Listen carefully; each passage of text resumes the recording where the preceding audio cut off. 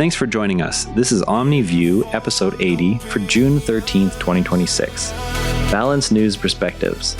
Let's look at the day's news from every angle. The United States has directed a leading AI firm to block foreign nationals from its most advanced models, underscoring how national security rules are reshaping global technology access.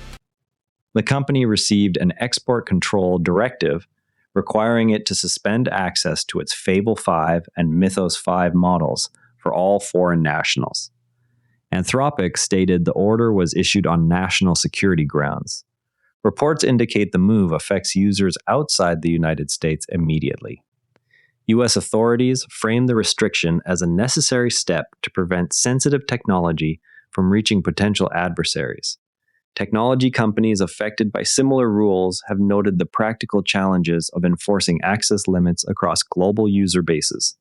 Civil society observers point to the risk that such measures could slow collaborative research and widen divides in AI capability between nations. The directive targets specific high-end models, yet the core disagreement centers on whether the security benefit outweighs the impact on international scientific exchange. What verification steps will Anthropic use to confirm user nationality? Now, to really understand this story, most coverage treats technology restrictions as simple on-off switches. The actual process involves layered licensing, technical definitions, and ongoing compliance monitoring. When the U.S. government issues an export control directive to a company like Anthropic, officials first classify the specific models under existing regulations. They then require the firm to implement user verification and access blocks that can be audited. Companies must update their systems, document compliance, and sometimes redesign features to prevent circumvention, all while continuing to serve domestic users. This mechanism draws on decades of precedent with semiconductor and encryption controls, where definitions of sensitive capabilities evolve with each generation of hardware or software. Next time you see a headline about AI export rules, ask which agency issued the classification, what technical thresholds triggered it, and how the company is required to demonstrate compliance over time. Shifting now to developments in criminal justice policy. Analysis of data from 13 English police forces covering more than 62,000 incidents found individuals routed into treatment or education programs were about one-third less likely to reoffend than those prosecuted for drug possession. The study compared outcomes over 4 years. Researchers present police-led diversion programs as a practical alternative that addresses underlying substance issues rather than solely applying criminal penalties. Supporters of traditional prosecution argue that formal charges maintain clear legal consequences and public accountability. Health focus groups stress that steering people toward support services produces measurable drops in repeat offenses. The study establishes a statistical difference in reoffending rates for possession cases, though interpretations diverge on whether the priority should be public safety through enforcement or reduced recidivism through intervention. How do the schemes define successful completion of treatment? Meanwhile, a section of the Foreign Intelligence Surveillance Act has not been renewed after Congress failed to complete action before the deadline. The lapse occurs amid ongoing debate between lawmakers and the administration over renewal terms. Intelligence agencies have described the affected provision as an important tool for monitoring foreign threats. Congressional critics have raised concerns about oversight and potential overreach in surveillance authorities. The Christian Science Monitor reports the standoff reflects differing views on balancing security needs with privacy protections. Both sides accept that the provision targets foreign communications, with disagreement centering on the adequacy of existing safeguards and the urgency of reauthorization. Which specific intelligence activities are most directly affected? Turning to another policy debate, the Molly Rose Foundation stated that a proposed ban on social media use by those under 16 could not be effectively implemented. The group advocates focusing instead on removing addictive design features. The charity emphasizes practical enforcement limits and the value of addressing platform mechanics that encourage prolonged use.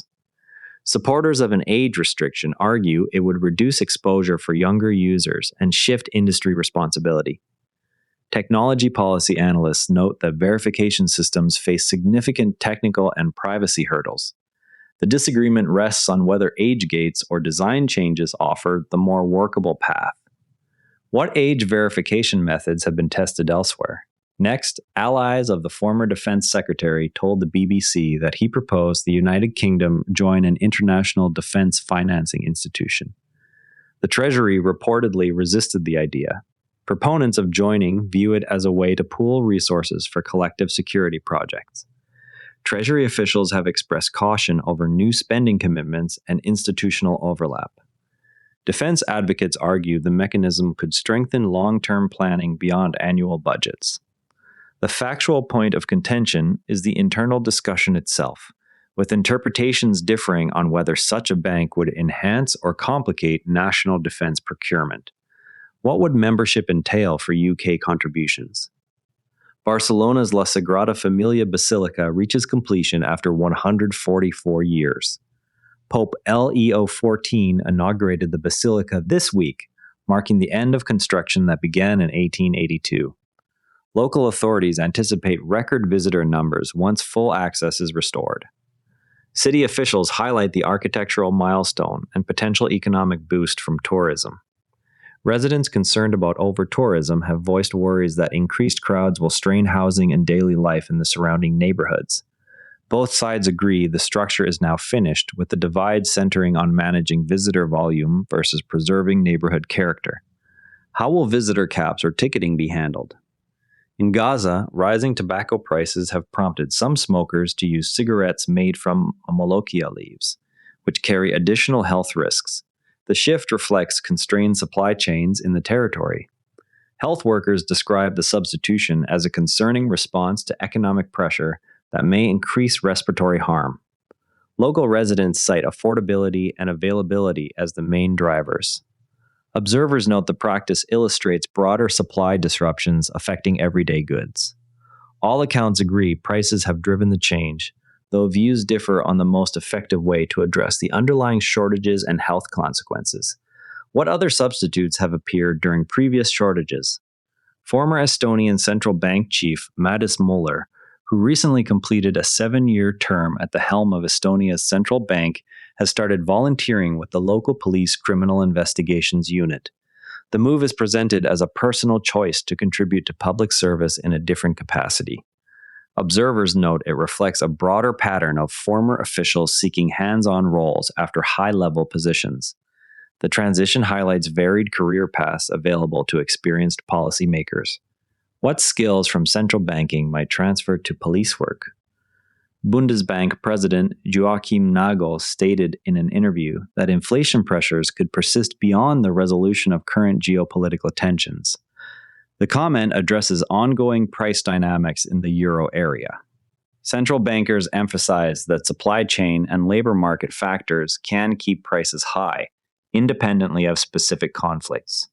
Market participants watch such statements for signals on future interest rate paths. The remark underscores the distinction between temporary shocks and longer-term price trends. Which price components are expected to stay sticky? A German court ruled that the company designing, training, and operating an AI system bears legal responsibility for inaccurate information the system produces. The decision applies to Google's AI-generated summaries. The ruling establishes that operators cannot fully disclaim responsibility for outputs their systems generate. Technology firms have argued that users should treat AI responses as provisional and verify independently. Legal analysts see the case as an early test of how liability frameworks adapt to generative tools.